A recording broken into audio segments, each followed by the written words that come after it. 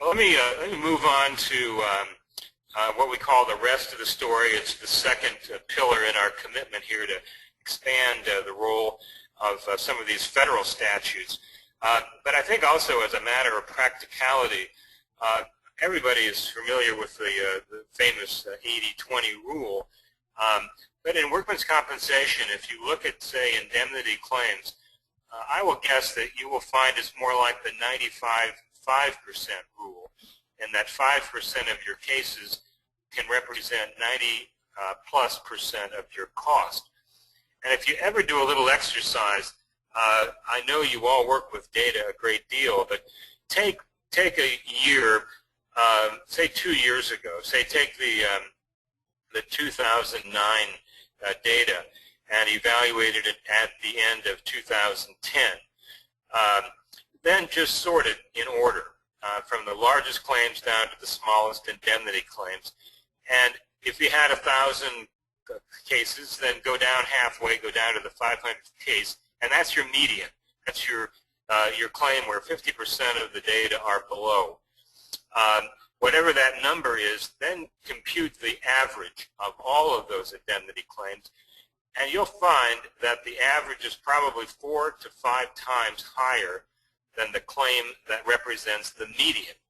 And the reason for that is this skewing of these large cases, and I think it's one of the justifications that Ted has used to get into the kind of detail, because if you can control those top cases, you're going to have a well disproportionate effect on your overall program. So Fred, Ted, I'm sorry my mouth doesn't totally work. If you would start with explaining what risk management departments are currently doing with these statutes, and then we'll get into some of the more specifics. Well, in the last day or so, I made another search of the web, and I was looking for Workers' Comp, OSHA, and Americans with Disabilities Act. And I wanted to see if anyone was coordinating these in any way.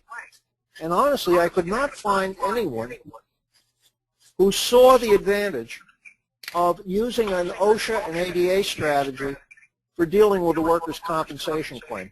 Currently, this is still a fragmented approach.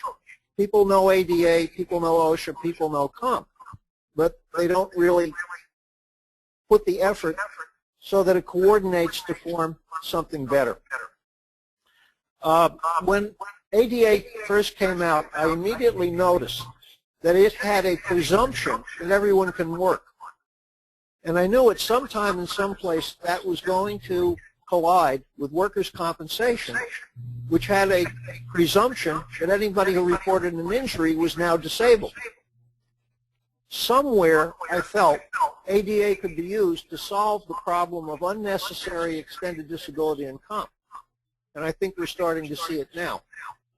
OSHA, at the same time, had the potential to solve another problem that I mentioned, which is insufficient information being collected early in the case.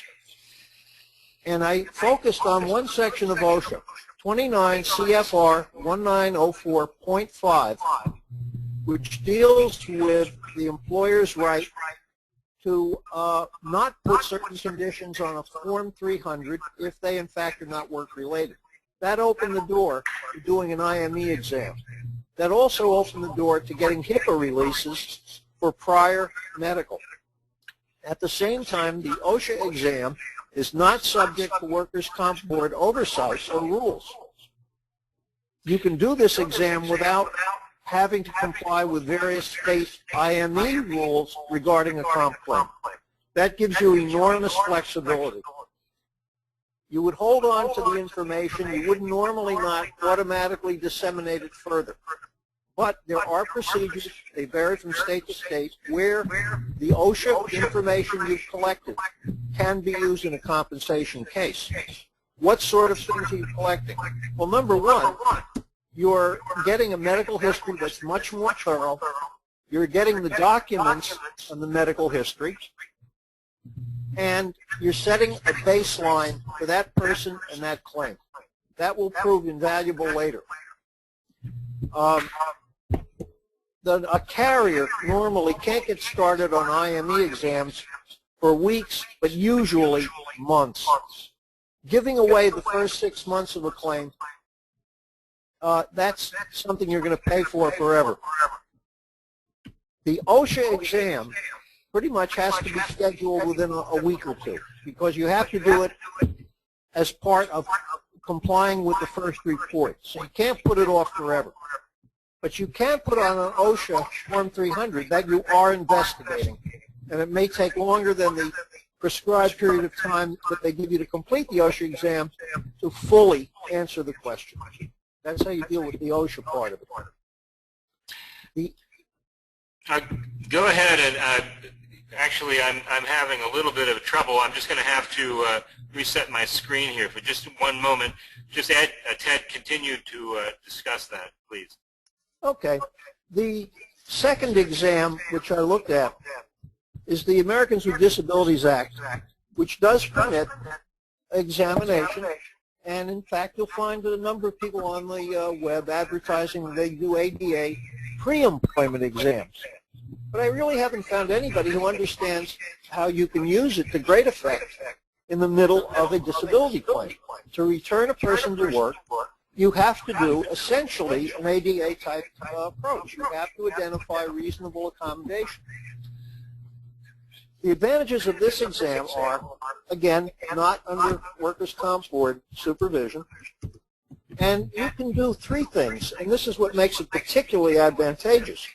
You have a face-to-face meeting with the worker to discuss return to work, accommodations, and the wages they can expect to be offered if they come back. You can do a medical examination, and you can get a vocational rehabilitation report. Are they, from a vocational standpoint, can they do this job, and most importantly, what does that job pay? When you do the face-to-face talk with the worker, you have a chance to let the spouse join in. This will have a devastatingly effective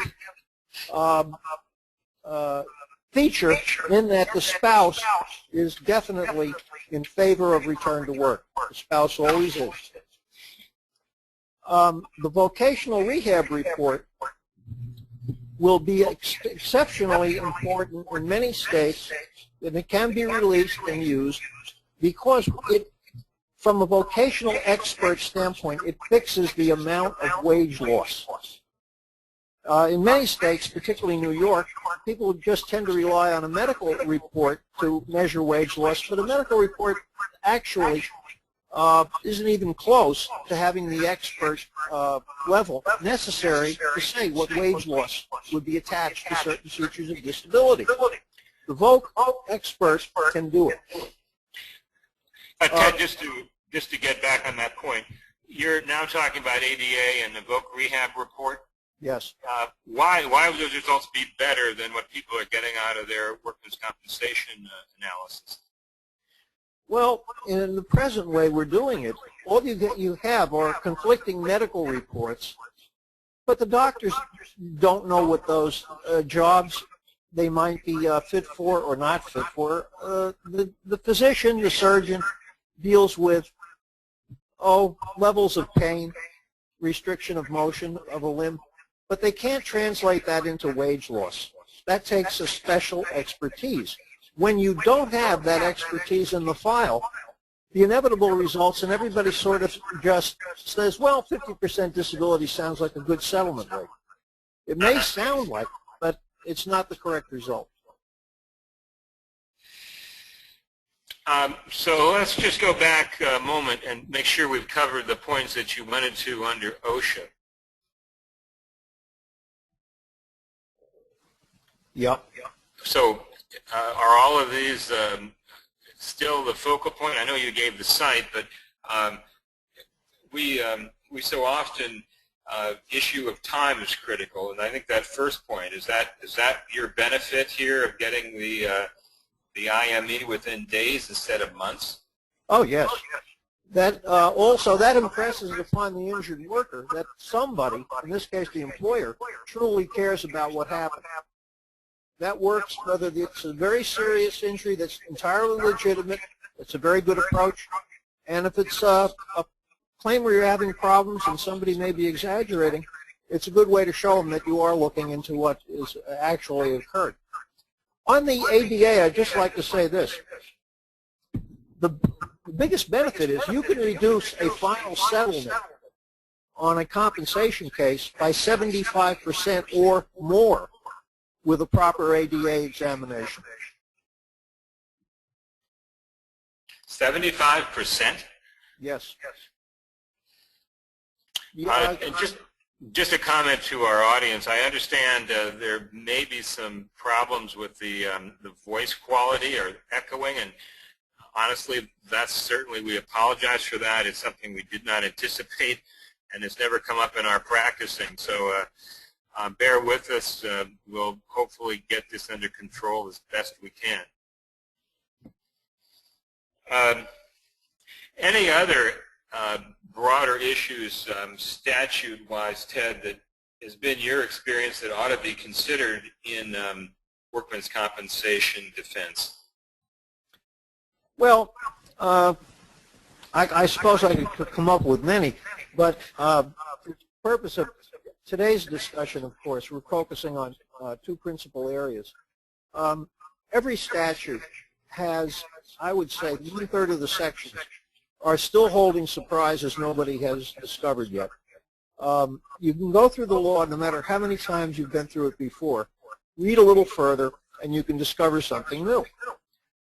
As a little aside, we have a short-term disability law in the state of New York. I think we're one of 5 states that has mandatory short-term disability. When we were looking for these examinations that aren't covered by comp, I found a section of our short-term disability law that I have never seen discussed and no one has ever mentioned, which permits an IME exam once a week. Well, that would mean you had 26 IMEs under that law alone. Never utilized, but it can be. So I would just like to point out that we're only looking at the tip of the iceberg with undiscovered tools sitting around these laws and statutes. Ted, the work you've done with OSHA, have you, I'm sure the statutory authority is correct, but have you ever discussed this with people in OSHA to see if they buy into the approaches that you're talking about?